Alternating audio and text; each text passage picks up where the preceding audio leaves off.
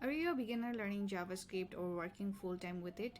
If you are, you must have dealt with a situation where you are passing a function as an argument of another function. This type of function is known as a callback function.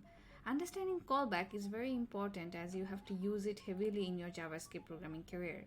So in this video, I'm going to explain how to create a callback function, how to apply the callback function in a web application, and why callback function is important. So, are you ready? If you are, let's start. At first, let's open our terminal. In the terminal, I am currently in my root directory. From here, I'm going to go into my project directory. In this project directory, I'm going to create a new folder named JS Callbacks. Now, I'm going to go into my JS Callbacks directory. Now, I'm going to open this JS Callbacks directory in my favorite VS Code editor. Currently, this directory is empty. So I'm going to create a new file in this directory. I'm going to name it callback.js. I'm going to create another file named callback.html. We are going to use this file to launch the JS code in the browser and see the changes we make in the callback.js file into the browser console. So in this HTML file, let's write down the basic HTML template using the HTML snippet. Next, I'm going to connect this HTML file to the JS file using the script tag. So in this body tag, I'm going to create a new tag named script, and inside the script tag, I'm going to define a source, which is callback.js. Now, our files are connected. Next, I'm going to open this HTML file with a live server extension. I have positioned my live server and our VS Code side by side so that we can see the changes live. To see the changes, I'm going to open the inspection tool and go into the console. Here we are going to see the changes. Now let's go into my callback.js file. Here I'm going to create a function named showResult. This function will accept a parameter named result, and I'm going to console log this result. Now I'm going to create another function named add, and this add function will accept two parameters x and y. Inside the function, I'm going to declare a variable named result, and I'm going to add the x and y. Next, I'm going to return this result from this function. Now, outside of these two functions, I'm going to declare a variable named value and define the add function and pass to number 4 and 5 as its parameter. Here inside the add function, we are adding this 4 and 5 and storing the result in our result variable. Next, we are returning our result variable from the add function, which we are storing in our value variable. Next, we are going to show the result of the add function in our browser console. To do that, let's call our showResult function and pass the value. Now, we see in the browser console, we are seeing that 9 has been printed in the console. So, this is an example of basic JavaScript functions. And instead of doing this, we can use callback function to make it more simpler. So, as I have told you in the beginning, callback function is a function that is passed as an argument of another function. So, what did I mean? Let's modify our code to see this in action. To do that, I'm going to remove this two line. Inside the add function parameter declaration, I'm going to define a third parameter which is named my callback. You can name it otherwise. Next, I'm going to remove this return statement. I'm going to declare the my callback function. Inside this callback function, I'm going to pass the result variable. So now I'm going to call this add function and pass number 4 and 5 and the showResult function as its callback function. Now if we look at our browser, we can see that we got 9 printed in the console. So what's happening here? As you can see, we are passing the showResult function in the add function as its parameter, and inside the add function we are calling the showResult function and passing the result variable as its parameter, which in turn logging the added value to the console. An important note to add here is when we are passing the callback function, we always have to pass it without the parenthesis. If we were to add the parenthesis with the function, we will get an error. As you can see in the browser, we got an uncaught type error. My callback is not a function. So we need to be careful about this while we are using the callback function.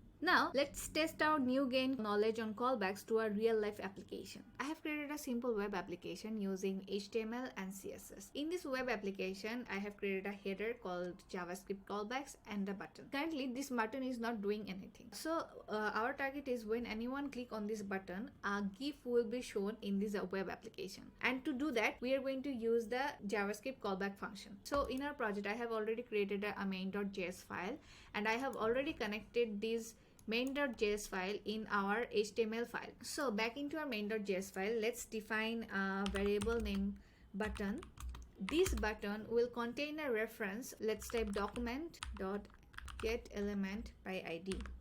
So what we are doing here is that we have added a ID with our button, and we are going to use this ID to get the reference of the button element in our main.js file. Next, we are going to create a condition if there is any event happening in the button. If it is, then we are going to add an event listener with our button element. This event element accepts two parameters. The first parameter is the name of the event that happened. In our case, we are going to look for the click event. And second is the name of the callback function. In our case, we are going to name it add GIF. We haven't declared the add GIF function yet. So let's define the add GIF function.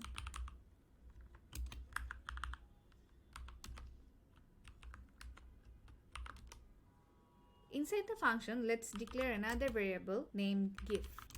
And we are going to use the document.createElement to create a image tag inside our web application. Next, we are going to define the source of our GIF. So let's type gif.src equals.